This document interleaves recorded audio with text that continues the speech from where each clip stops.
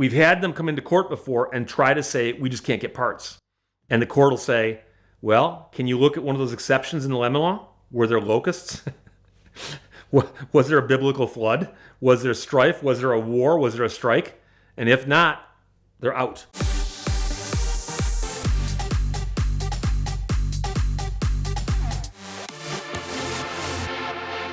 One of the most interesting phenomena that I've been seeing lately is how many people are calling me with late model cars that have been in the shop a disproportionate number of days for the time they've owned it.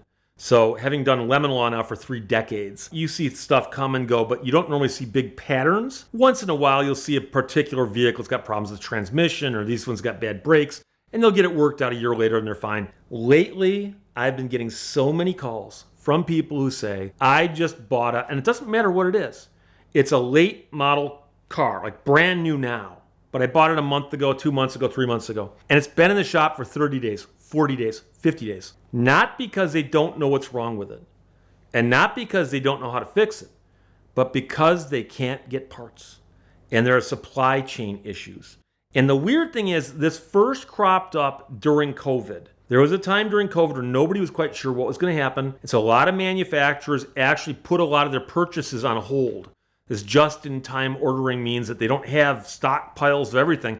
They'd keep a couple days of supply of parts on, replenish them every couple days or whatever week or whatever it is. And so I know that some of the car companies, for instance, put a hold on chips. And so when they put the hold on chips, when they started firing the lines back up again, they said, okay, we need more chips. Well, the chip manufacturer never stopped making them, but they just put you to the back of the line because there's other people who need them for cell phones or game consoles or TV sets. And so I, for instance, know a guy who is a truck driver who hauls cars for a living. And he told me that he's personally delivered the same vehicle several times where it comes from the factory and goes to a storage yard. Then he's told to take it from the storage yard and take it someplace where they can put the chips into it. And then take it back to a storage yard and then take it to a dealership. So these cars are being moved around like this because at one point in time, they were building them without the chips. And the chips can be put in relatively easily. So like, here's what we'll do. We'll build them without the chips and put the chips in later. And if you're in southeastern Michigan, there were places along I-75, for instance, where there are just fields of just, farmers' fields where they would mow it and park cars and just rows and rows and rows of brand new cars.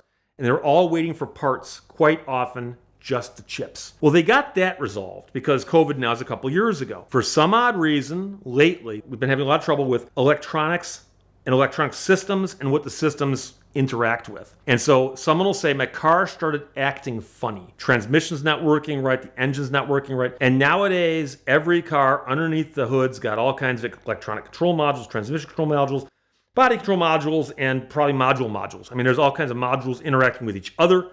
And they'll say, they brought the car in, it's got this problem, it's acting funny. And they'll go, oh, we know what the problem is. We need to replace a couple of these modules, but we haven't got them. And so a car is just sitting there. Now, sometimes they'll say, oh, well, you get a rental car. We'll put you in a rental car. And I've had people who've been in a rental car longer than they've been in their own car. And under Michigan's lemon law, if it's out of service for 30 days in the first year of ownership, it becomes a lemon.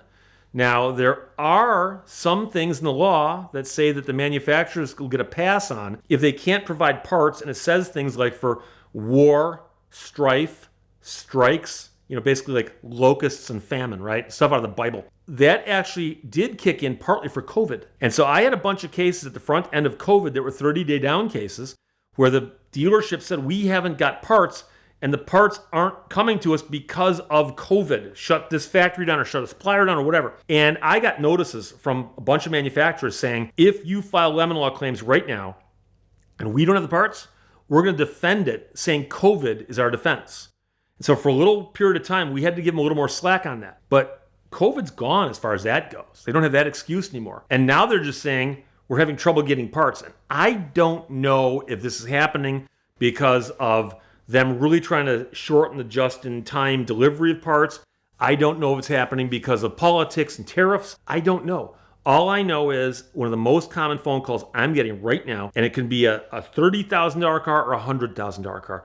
I bought this car brand new, and it had this problem almost immediately. The dealership says, yes, we acknowledge there's a problem. no, we can't fix it because we can't get parts. That is a slam dunk under the Lemon Law. Now, we've had them come into court before and try to say, we just can't get parts. And the court will say, well, can you look at one of those exceptions in the Lemon Law? Were there locusts? Was there a biblical flood? Was there strife? Was there a war? Was there a strike? And if not, they're out. But the interesting thing is they'll often drag their feet because they're hoping that if they drag their feet long enough, they can fix the car and go, hey, your car's fixed. But the Lemon Law says you only get 5 days to fix it after they've gotten that last chance repair. And so if they didn't respond to the last chance repair, they've kind of blown that window. And so a lot of these cars are getting bought back. But it's unfortunate because no one really expects a car to be perfect. Some people do, but they shouldn't be that way. If you buy a brand new car and it has a problem and you bring it in and they fix it, you should be happy. One repair attempt, no big deal. But when they say we can't fix it because we can't get parts, that's where people get upset. Yeah, so if you're a consumer and you've got a car and it's acting funny and you think it might qualify for the Lemon Law, there's a few things you can do to protect your rights. The first thing you need to do is document every repair attempt. I've had people tell me, I brought the car in, I said, hey, it's doing this. Guy gets in it, drives it around and goes, I can't detect it. Bring it back when it's doing that. That's a repair attempt. You brought it to them and offered it to them for repair. They turned it down. You should get credit for that. So if you bring a car in, if they touch it, I need a repair order. Write it up to indicate it was there. It'll tell you that it was brought in, and it'll document that. That's extremely important. If it gets to the point where the dealership won't help you, they say, we don't want to touch it, we can't find it, whatever it might be, take it to another dealership. Your warranty will take you any dealership out there that's that manufacturer. So in Detroit, for instance, Ford dealers are a dime a dozen. This Ford dealer doesn't want to help you, this one will. They get paid for warranty repairs. They're hoping they can find something to work on your car. So bring it in and go, hey, I got this problem with the car. Can you write it up and take a look at it and document it? Also nowadays, if you can document the problem, you can often do that with a cell phone. So I've had people tell me that I'm driving on the road and the dashboard does something wacky. Have somebody film that for you, or if you can pull over and film it yourself, because that's going to document it as well. In the old days, I'm talking about the early 90s, people would say, I had this crazy thing happen, but only I saw it, or I've got witnesses. Witnesses are nice, but video is even better. So document it, take it to different dealers, and keep insisting that they work on it. I've had someone say, I brought my car in 3 times. They said, don't bring it back. So I didn't.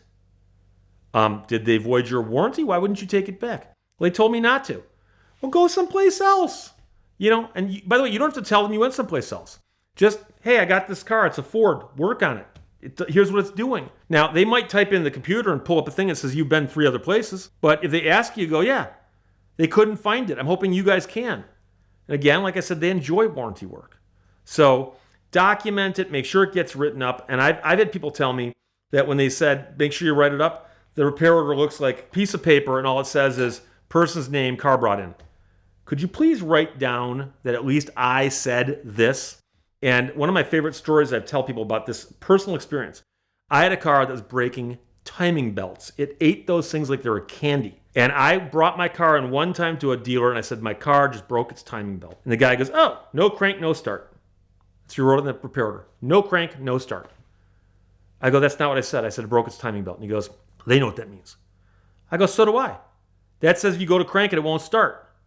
But you're also saying it don't crank because you said no crank, no start. It'll crank all day long.